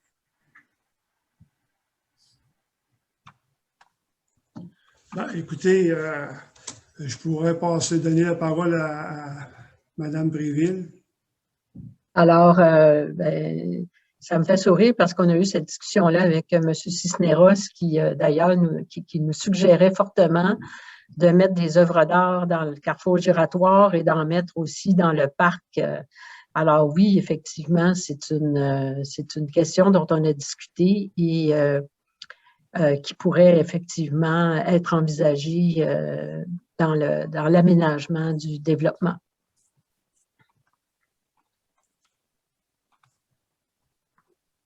Merci. Donc, par la suite, une question de André Trépanier, rue Gustave-Lamarche. Est-ce que les résidents du secteur existant vont être impactés financièrement par les règlements d'emprunt de ce nouveau quartier? C'est les règlements d'emprunt, à ma connaissance toujours. Là, je ne suis pas au niveau des finances. M. Béchard pourra me compléter s'il y a quelque chose. Mais les règlements d'emprunt visent normalement les terrains bordant les rues. Est-ce que, M. Béchard, je me trompe à cet effet-là? Non, effectivement, là, au niveau de la législation, habituellement, c'est les zones limitrophes. Mais pour répondre précisément à la question de monsieur, actuellement, il n'est pas prévu de taxes de secteur ou autre pour le secteur qui est déjà construit. Donc, une question de Mme Muriel Lafarge. Quelle est l'offre des logements locatifs, des studios, des 2,5, 3,5, 4,5, etc.? Ce qu'on entend construire, dans la grande majorité, sera des 4,5, 5,5. Alors, évidemment, les maisons de ville pourraient être des 5,5. On cherche surtout à avoir des logements où on peut accueillir les familles. C'est l'objectif. Alors, on n'entend pas avoir de 1,5, 2,5 à ces endroits-là, non.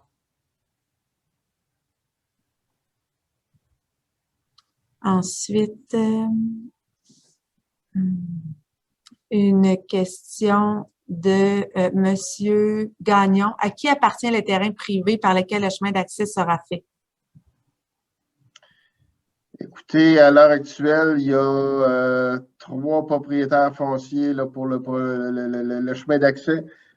Comme il a été mentionné tantôt, il y a l'usine Grémont qui en possède une partie.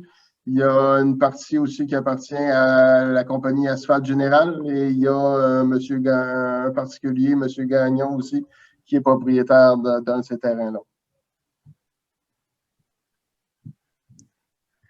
Merci.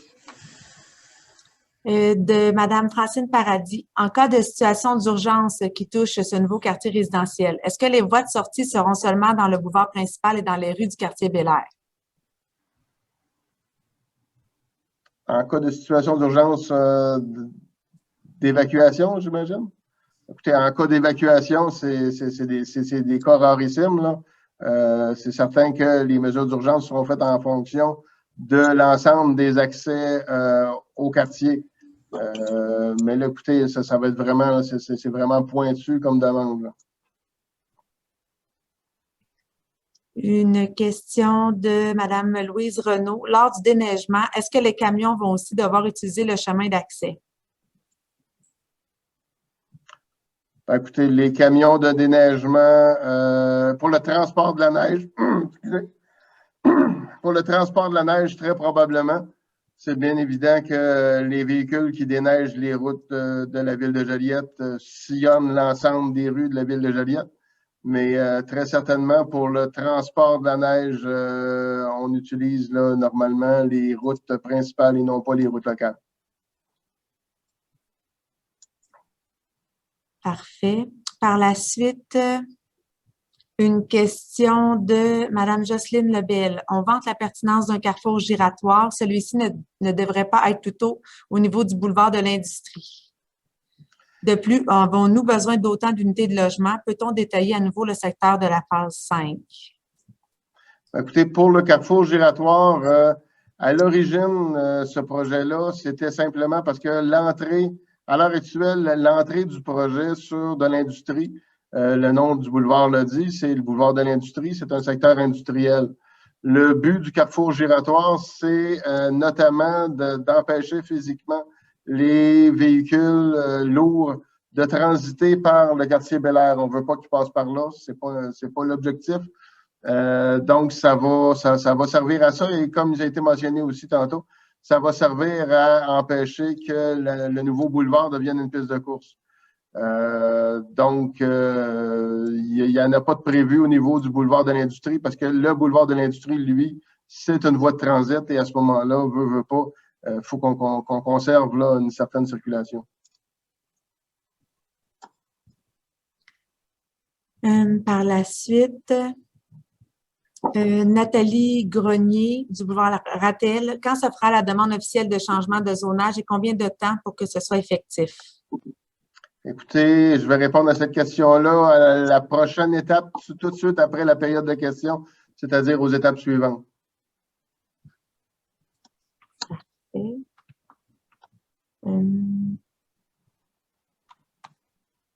Une question en lien avec les taxes dans le secteur, une question de M. Pierre-Luc Belrose. S'il n'y a pas de taxes de secteur ou taxes spéciales, doit-on comprendre que ce sera assumé par l'ensemble des citoyens de la Ville?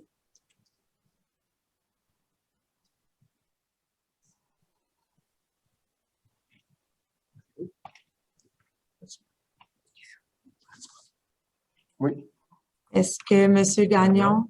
c'est M. Béchard qui veut répondre. Ah, On attend son micro.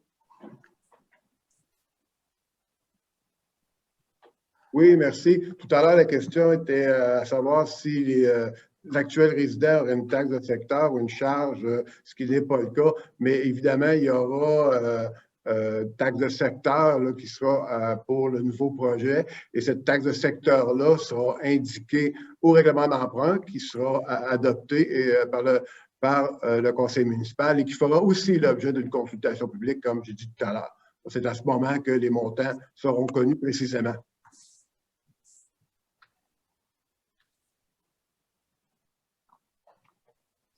merci. Donc, une question de M. Marc Gélina. Suite à cette séance de consultation, comment pourra-t-on se procurer la documentation présentée au début de la conférence? Écoutez, l'ensemble de la conférence, ça va être mentionné aussi tantôt, là, mais je veux dire, l'ensemble de la présentation de ce soir, y compris la période de questions, va être sur le site de la Ville de Joliette. Madame Mars, vous allez pouvoir le mentionner tout à l'heure, c'était déjà prévu, excusez, je vous coupe, là. Mais l'ensemble de la documentation, l'ensemble de la présentation va être disponible.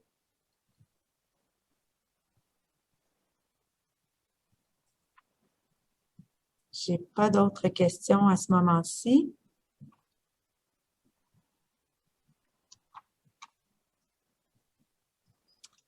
J'ai une question de Mme Hélène Pilote. Monsieur Gagnon, la principale préoccupation en lien avec la circulation, excusez-moi, c'est parce que ça entre, donc là, j'ai perdu la question de Mme, pardon. La circulation dans le secteur existant sous prétexte que vous n'avez pas l'étude en votre possession. L'étude parlait de dizaines ou de centaines de passages supplémentaires de véhicules se dirigeant vers la rue Papineau, vers Saint-Charles-Béromé, vers le secteur nord, etc. L'étude que j'ai eue en main encore aujourd'hui mentionne que l'état de la circulation dans Bel-Air, dans le secteur de Bel-Air, va s'améliorer avec l'entrée sur le boulevard de l'Industrie. On ne parle pas de nouvelles lumières rouges en termes de qualité de circulation, mais bien l'inverse.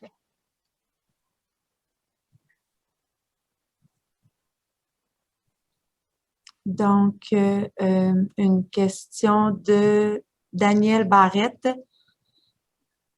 Il n'y a pas de commerce de proximité. Les résidents devront utiliser leur voiture continuellement. Il n'y a pas de service de gare ni école. Le nom Humanita n'est peut-être pas le meilleur. Très important de créer des quartiers qui permettent de tout trouver à l'intérieur de ce même quartier. Penser l'urbanisme à long terme, c'est créer des espaces pour toutes les générations. Écoutez, c'est justement ce qu'on est en train de regarder au niveau de la ville, que ce soit dans notre fonds réglementaire ou que ce soit dans l'actuel projet. Pour nous, c'est important d'avoir une zone commerciale à proximité. Bien entendu, ce n'est pas la ville qui opère les garderies, ce n'est pas la ville qui opère les services de proximité au niveau des développements résidentiels. On ne peut que mettre en disposition les zones propices à ce genre de développement-là. Et la rue Baudry et les secteurs qui sont en bordure de la rue Baudry, dans le futur projet de développement comme dans l'actuelle trame urbaine, peuvent répondre là, à cette demande-là. Il demeure qu'il y a des terrains vacants et il demeure aussi qu'il y a des locaux disponibles. Donc, la ville n'est pas promoteur dans ce dossier-là, mais au moins prévoit que la rue Baudry va tenir ce rôle-là. Une question de M. Marc-André. Le CN est-il propriétaire d'une partie du terrain et du chemin d'accès? Le CN traverse le secteur. On a déjà des autorisations préliminaires du CN là, pour traversée avec une voie d'accès. Comme il a été mentionné tantôt, il y a eu d'autres projets dans les années précédentes qui n'ont pas vu le jour, là, mais les négociations avaient déjà commencé à ce niveau-là. Et puis, le CN s'est montré ouvert à laisser passer une voie d'accès. Maintenant, une question de M. Kevin Lompré de Joliette. Vous semblez mentionner que la prochaine étape en lien avec le changement de zonage suivra sous peu. Donc, avant d'avoir les détails en lien avec le règlement d'emprunt et des coûts pour le chemin d'accès, est-ce bien le cas? Écoutez, l'échéancier d'adoption du règlement, c'est le conseil municipal. Ben, si jamais il y a une modification réglementaire, bien entendu, c'est le conseil municipal qui va la décider. Dans les prochaines semaines, on va déposer les rapports au niveau du conseil municipal et par la suite, on pourra établir plus avant là, les échéanciers. Une question de Mme Muriel Lafarge. Puisque l'accès doit être fait avant, est-ce que la Ville de Joliette entend prendre une entente afin de garantir que le promoteur fasse le projet? Ben, écoutez, je pourrais répondre à ce qu'avoir une entente avec la Ville pour savoir si on va compléter le projet. Alors, je peux juste vous dire que les immeubles Ratel et Ratel, quand ils ont commencé quelque chose, ils l'ont toujours complété et bien souvent mieux que les autres. Alors, si on décide de faire un quartier là, le terrain nous appartient déjà. Alors, on a tout intérêt à le développer et je vous le répète, encore une fois, de contribuer au manque de logement, tant que je vois aussi à travers les questions que c'est un souci au niveau du financement. Ben, sachez qu'on va payer, on va tout rembourser, les emprunts que la Ville va faire au niveau des infrastructures. Pour un projet de 175 millions, on va le commencer puis on va le compléter, je vous le confirme. Peut-être un complément d'information pour si la personne est inquiète à ce niveau-là. C'est que quand on va être rendu à l'aménagement de la voie d'accès, c'est parce qu'il y aura aussi eu cession de rue de la part des promoteurs. Donc, à ce niveau-là, les terrains des promoteurs vont devenir davantage imposés. Il va y avoir des impacts financiers importants pour les promoteurs. Ce ne sera pas à leur avantage de ne pas poursuivre le projet. Et en complément, on a parlé quelquefois de la session de pompage. Alors, sachez qu'elle est payée à 100% par le promoteur. Et s'il s'agit d'un investissement de 1 million. Alors, on n'a pas l'intention de payer une station de pompage à 1 million puis pas faire le projet, là. Donc, maintenant, un commentaire de Mme Lise Lefebvre. Quand les gens du nouveau secteur voudront aller dans Saint-Charles-Borromée ou ailleurs vers le nord, il est peu probable que ceux-ci passeront par la rue menant au boulevard de l'Industrie. Ils passeront plutôt par les rues du quartier Bel-Air actuel.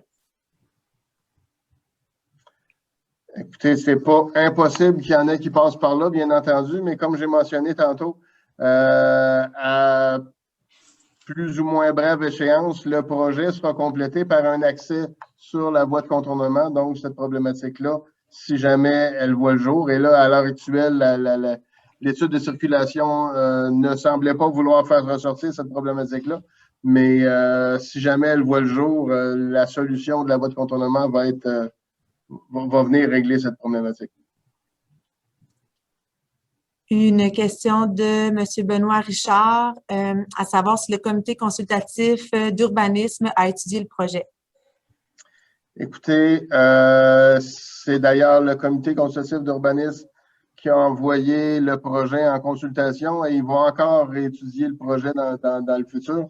Vous allez voir là, dans les étapes à venir que le comité est encore impliqué. Une question de Mme Caroline Durand, boulevard Ratel. Y aura-t-il un terre-plein du côté des maisons unifamiliales? Ajout de dos d'âne pour protéger les enfants. Là, on parle au niveau du boulevard Ratel. C'est dans les plans de la ville d'uniformiser le boulevard Ratel dans sa longueur, étant donné qu'à l'heure actuelle, il y a plusieurs typologies en termes d'infrastructures routières. Je ne peux pas vous dire le fine-tuning de qu'est-ce qui va être décidé en bout de ligne, mais ça va être probablement le cas, oui. Une question maintenant de Mme Louise Renaud. Est-ce que les pressions du conseiller actuel auprès du ministère des Transports ont porté fruit concernant l'ajout de feux de circulation? L'ajout de feux de circulation à quel endroit? Ce n'est pas précisé à ce moment-ci.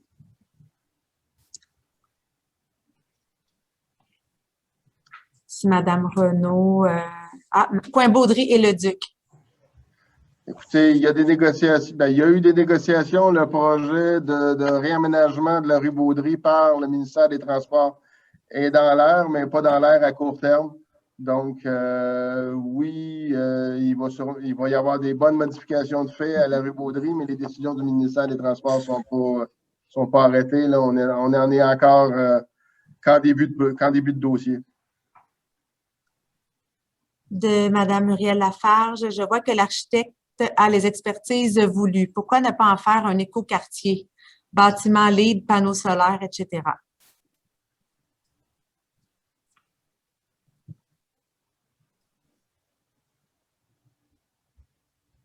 Est-ce que les promoteurs veulent... Manuel, est-ce que tu veux parler au micro? Oui, il était gelé. C'est sûr que de manière générale, les stratégies que j'ai mentionnées au début, le but, c'est de proposer le plus de stratégies dans l'aménagement des sites qui sont le plus écologiques possible. Après, c'est tout à l'intérêt justement des développeurs de développer des bâtiments qui sont durables, qui sont efficaces, justement, qui vont consommer moins d'énergie. Donc, c'est définitivement des solutions qu'on va explorer tout au cours du développement des projets. Pour rappeler aussi, si vous permettez, qu'à l'étape où on est là, on est au point de changer le règlement de zonage pour permettre la typologie de bâtiments. Comme j'ai mentionné tantôt, il va y avoir un plan d'implantation et d'intégration architecturale qui va s'appliquer sur le territoire du nouveau développement. Et ce règlement-là va permettre qu'il y ait des négociations entre les promoteurs et la ville pour aller chercher certains qualificatifs à ces bâtiments-là. Pas nécessairement d'avoir un quartier LEED, mais d'aller chercher un quartier, comme il était mentionné par le promoteur tantôt, plus à l'échelle humaine. Donc, une question de Daniel Barrette. N'y a-t-il pas déjà 1000 logements prévus dans les autres territoires de la ville, notamment dans Saint-Jean-Baptiste? La rue Saint-Pierre, vous dites, donnera accès à la 40, laquelle traverse la zone scolaire. N'est-ce pas la preuve que les rues ne peuvent absorber l'ajout de circulation? Écoutez, à l'heure actuelle, il existe encore, je suis d'accord avec vous, il existe encore des zones où il y a possibilité de développement résidentiel. Cependant, la MRC de Joliette a identifié que l'ensemble du zonage résidentiel de la ville de Joliette, il y en avait grosso modo pour 15 ans, de 10 à 15 ans. Donc, non, on ne peut pas laisser de côté des secteurs, même s'il y a d'autres promoteurs qui s'en viennent avec des projets. La demande en termes de résidentiel évolue rapidement au cours des dernières années. Un commentaire de Ingrid Rodriguez. Lors du commentaire pour les immeubles derrière le boulevard Rattel, le point est d'essayer d'éviter d'avoir une vue directe sur un stationnement. De là, la demande de révision du plan. Présentement, sur votre plan, nous avons une vue sur les stationnements. Un commentaire de M. Vincent. Je suis très inquiet quant à la quiétude du quartier résidentiel. Je ne crois aucunement que le projet soit fait en accord avec les résidents actuels, ni que ce soit pour des raisons nobles. C'est un quartier familial avec une infrastructure mature, avec des rues sinueuses dans lesquelles le stationnement est permis. Le développement créera une surcharge importante et diminuera la sécurité des propriétaires et la quiétude en général. Et on ne parle pas de la machinerie lourde lors des travaux. J'aimerais avoir l'opinion objective de l'urbanisme appuyée par des études faites par celle-ci.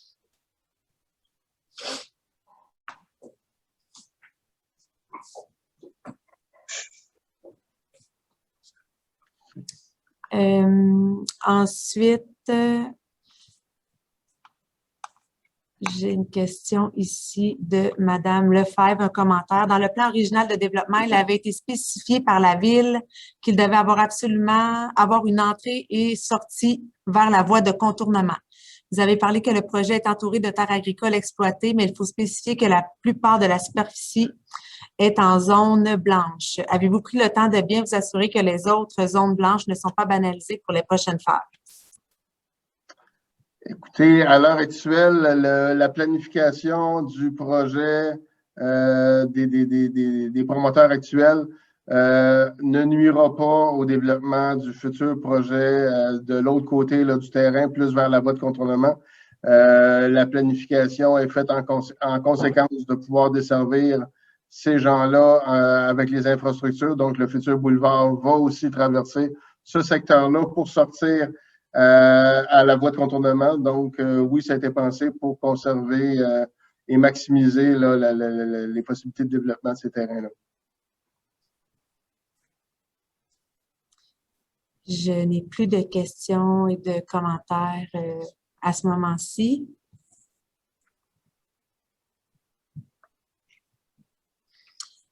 J'ai une nouvelle question.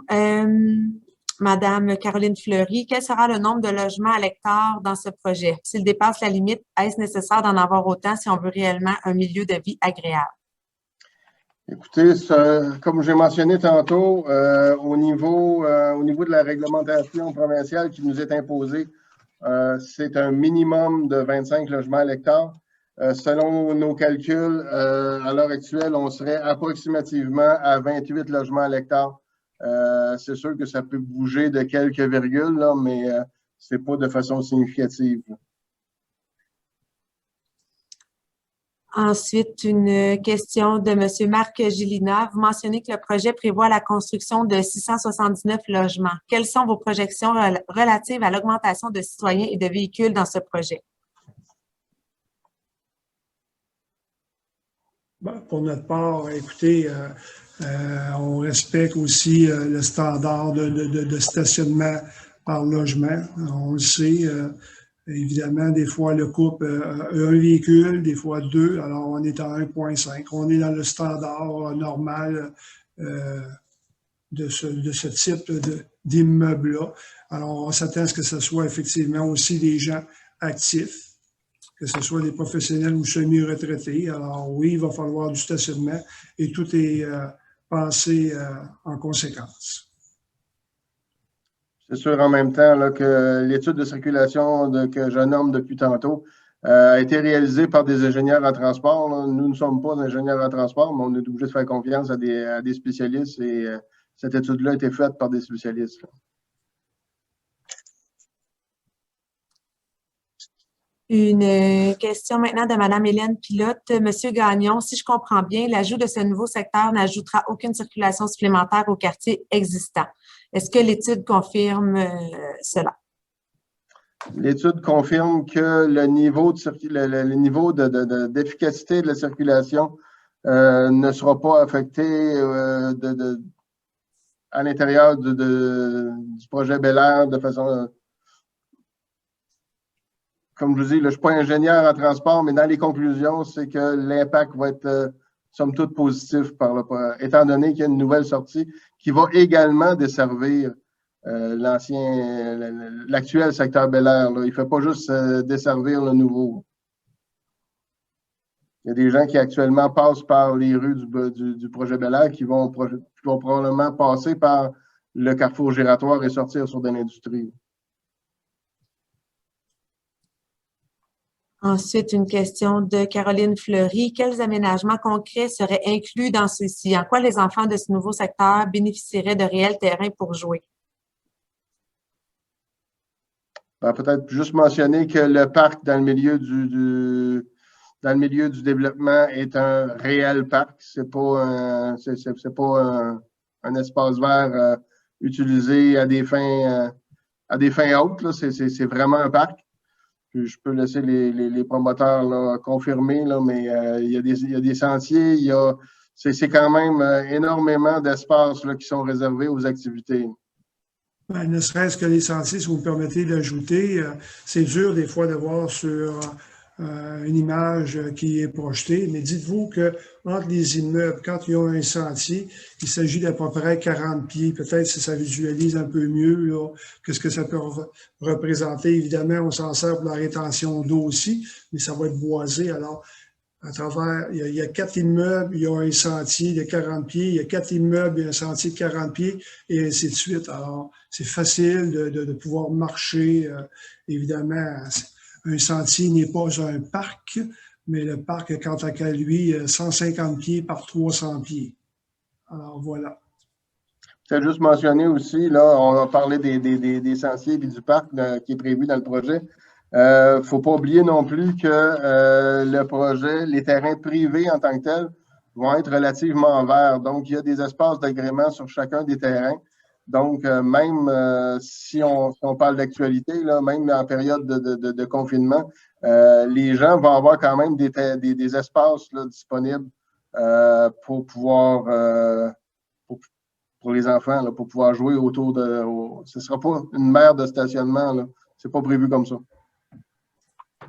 Alors, c'est effectivement vrai. Ce que M. Gagnon vient de dire, on a maximisé. C'est vraiment notre préoccupation à nous de créer des espaces verts autour des immeubles et d'y inclure avec ça beaucoup d'arbres. Alors, ça va être paisible. Alors, si les gens ne veulent pas aller dans les parcs, ils iront ces espaces verts. Alors, on minimise les stationnements pour donner le plus possible d'espaces verts. Une question de M. Marc Gélina. Qu'en est-il des projections du nombre de résidents dans le cadre du projet? Écoutez,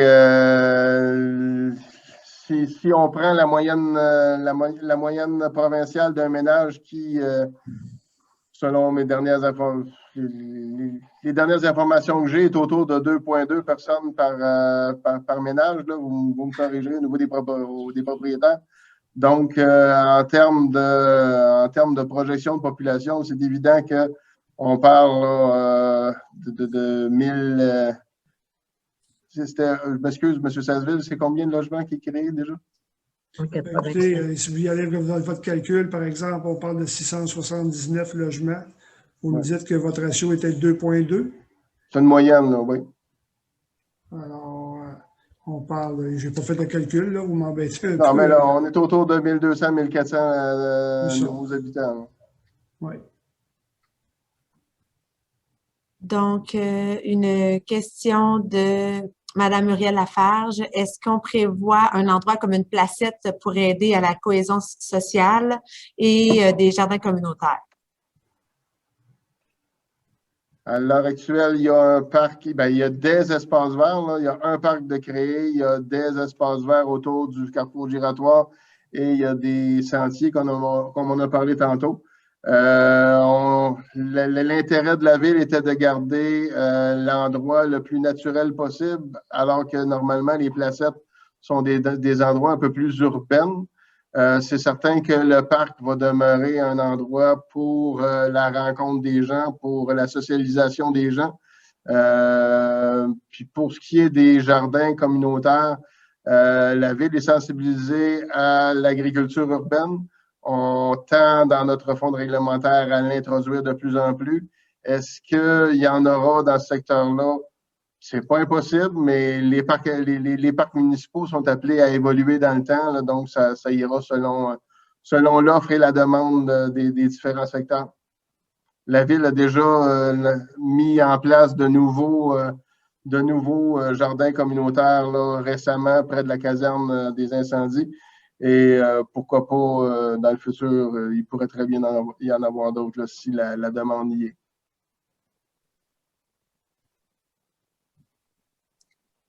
Parfait. Donc, à ce moment-ci, je ne reçois pas d'autres questions.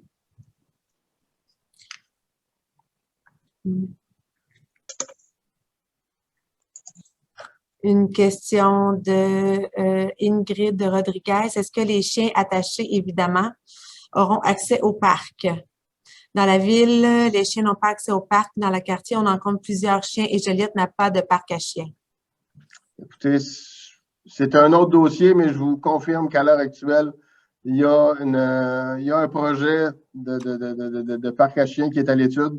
Vous serez informés là, dans les prochaines semaines de l'avancement de ce dossier-là, très, très probablement.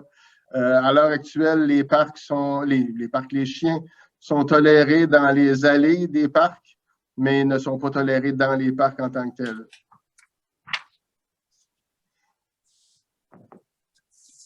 À l'exception, je m'excuse, du parc linéaire où les chiens sont autorisés.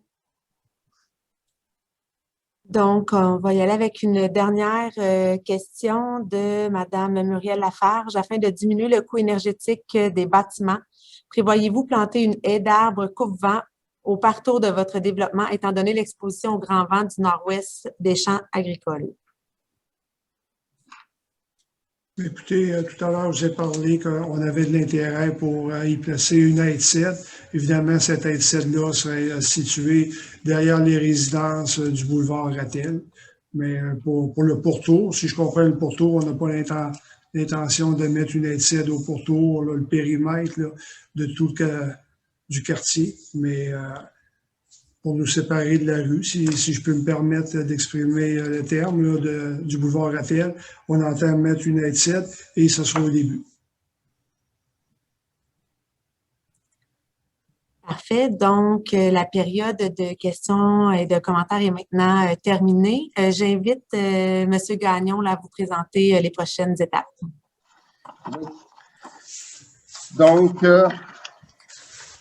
premièrement, dans les étapes à venir, premièrement, il y aura présentation des résultats de l'Assemblée d'information, une consultation publique au comité consultatif d'urbanisme. Je le rappelle, le comité qui est formé de membres du conseil municipal et de membres de la population en général. Par la suite, il y aura dépôt du projet de développement bonifié avec le projet de règlement de zonage au conseil municipal avec recommandation du comité consultatif d'urbanisme. Ensuite, le cas échéant, il y aura adoption du projet de règlement à une séance du conseil municipal futur, comme j'ai dit, le cas échéant. Faites à noter, ce projet de règlement devrait être approuvé par les personnes habiles à voter. Je l'ai mentionné tantôt. Donc, faut pas que les gens s'inquiètent. C'est pas un fait accompli. Ce projet-là est fait en fonction de la population présente et en fonction de la population à venir, mais elle est aussi faite en fonction, par la loi sur l'aménagement et l'urbanisme, d'être approuvée par la population. Donc, dans les étapes à venir, une fois, si le conseil municipal décide de modifier sa réglementation, il y aura des avis, il y aura de la publicité de fait pour indiquer aux gens, parce que là, on n'a pas d'échéancier puisque le règlement n'est pas encore le projet n'est pas encore approuvé par le conseil municipal. Mais si le projet est approuvé, on pourra obtenir cet échéancier-là et à partir de là, il y aura de la publication de fait.